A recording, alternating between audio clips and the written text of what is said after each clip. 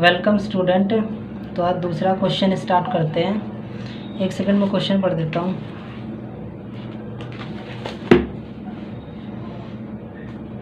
Question ये रहा, क्या बोला है, दर्शाइए कि कोई भी धनात्मक विषम पूर्णांक 6q में 1 या 6q में 3 या 6q में 5 के रूप में होता है जहाँ q कोई पूर्णांक है।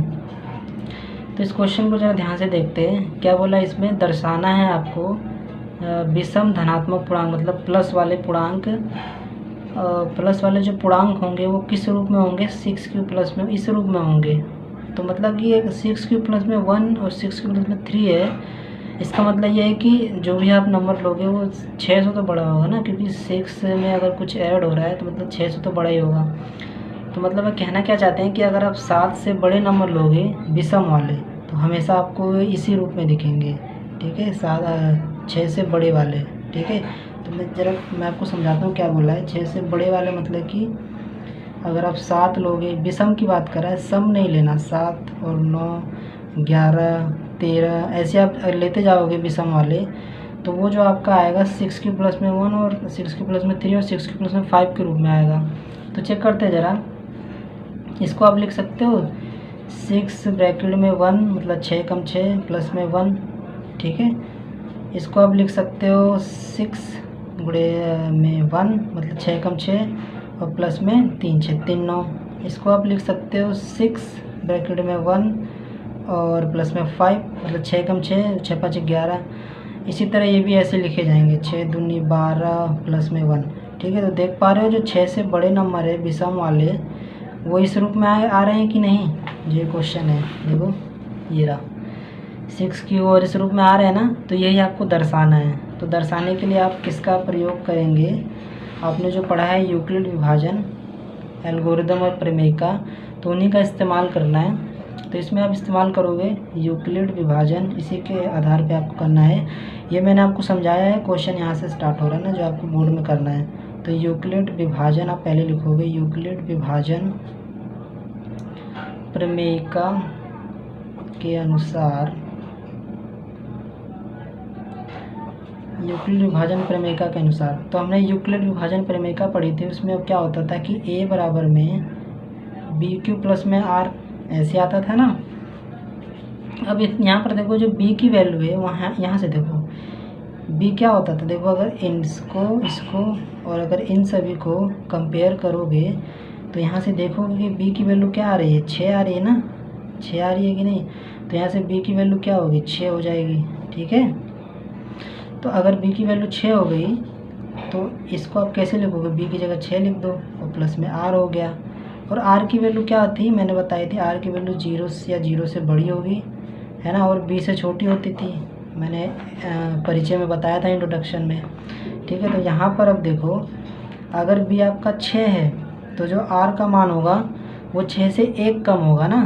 मतलब कि अगर 6 से आप 6 का मतलब यहाँ पर क्या है, मतलब ये 6 भाग देगा a को, तो जो आपका शेषफल आएगा, r मतलब शेषफल होता है, वो इससे 1 कम आता है। तो r का मान क्या क्या आएगा, 0 आएगा, 1 आएगा, 2 आएगा, 3 आएगा, 4 आएगा और 5 आएगा, बस इतना ही होगा, 1 कम, ठीक है, 6 नहीं आएगा कभी भी। तो अब आपको क्या करना है, r के हर मान को आपको इसमें रखना है। तो पहले r बराबर 0 रखो, तो इसमें 0 रखोगे तो a बराबर में 6q में 0 आ गया, ठीक है। इसको देखोगे तो ये 2 से क्या हो रहा है, गुणा हो रहा है ना, 2 से गुणा हो रहा है, तो इसका मतलब क्या है, अब ऐसे लिखोगे ऐसे, इसका मतलब होता है हमें जानने को मिला, ठीक है। क्या जानने को मिला कि यह सम पूर्णांक है, ठीक है, यह सम पूर्णांक है, ये तो सम पूर्णांक है, हमें विषम से मतलब है। अब क्या रखोगे आप, r बराबर में 1 रखोगे, तो जब 1 रखोगे तो a बराबर में 6q में 1 आएगा, ठीक है। अब इसमें से दो तो गुणा नहीं होगा ना, मतलब कॉमन नहीं आएगा, तो इसका मतलब ये है कि ये क्या है, विषम पूर्णांक है। समझ में आया, जो 2 से भाग हो जाता है वो सम होता है और जो 2 से भाग नहीं होता वो विषम होता है। तो ये विषम पूर्णांक है। इसी तरह आप r बराबर में क्या रखोगे, 2 रखोगे, तो a बराबर में 6q में 2। अब यहाँ से देखोगे तो 2 कॉमन आ रहा है, तो 3q में 1 हो जाएगा। मतलब कि ये 2 से क्या हो रहा है, गुणा हो रहा है, तो इसका मतलब क्या है कि ये सम पूर्णांक है, सम पूर्णांक है, ठीक है। इसी तरह आप क्या रखोगे, r बराबर में 4 रख दो। ठीक है, तो जब 4 रखोगे तो a बराबर में 6³ प्लस में 4 आएगा। सॉरी, मैंने 3 नहीं रखा, अभी 3 रख देंगे, कोई दिक्कत नहीं, आप ऑर्डर मैटर नहीं करता, आप जैसे मर्जी लिख सकते हो। तो यहाँ से भी देखो आप 2 कॉमन आ रहा है, तो 3³ प्लस में 2 हो गया, ये भी 2 से गुणा हो रहा है ना, तो ये भी क्या हो जाएगा, ये भी क्या हो जाएगा, सम पूर्णांक हो जाएगा। ठीक है, तो ये भी सम पूर्णांक हो गया। अब हमने 3 को छोड़ दिया था ना, ज़रा 3 को ले लेते हैं। वैसे आपको इसको ऊपर लिखना चाहिए था, ज़्यादा बेटर करता, कोई नहीं। 6³ प्लस में 3। अब ये देखो, ये 2 से गुणा होगा क्या, मतलब इसमें 2 कॉमन आएगा, नहीं आएगा, तो इसका मतलब क्या है कि ये आपका विषम है, यह विषम पूर्णांक है। तो ये तो विषम पूर्णांक हो गया। ठीक है, अब एक और लास्ट वाला रह गया है, r बराबर में 5, है ना। आपको r का हर मान रखना है, तो हमने सारा रख दिया, 5 बचा है तो उसको भी रखते हैं। तो a बराबर में जब आप रखोगे तो r की जगह 5 रखो, तो 5 हमने रख दिया। अब इसमें से भी 2 कॉमन नहीं आएगा, तो इसका क्या मतलब है कि ये विषम पूर्णांक है। ठीक है, ये विषम पूर्णांक है। तो मतलब कि देखते हैं कौन कौन सा विषम पूर्णांक आया हमारे पास। एक तो ये आया विषम पूर्णांक, ठीक है, मतलब कि 6³ प्लस में 1, एक ये वाला हमारा विषम पूर्णांक सिद्ध हो गया, और एक ये वाला विषम पूर्णांक आया। ठीक है, और एक ये वाला विषम पूर्णांक आया, है ना। और ध्यान से अगर चेक करोगे तो यही तो हमें सिद्ध करना था,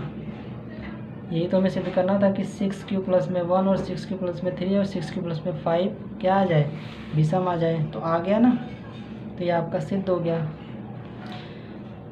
तो अगला क्वेश्चन नेक्स्ट वीडियो में देखेंगे।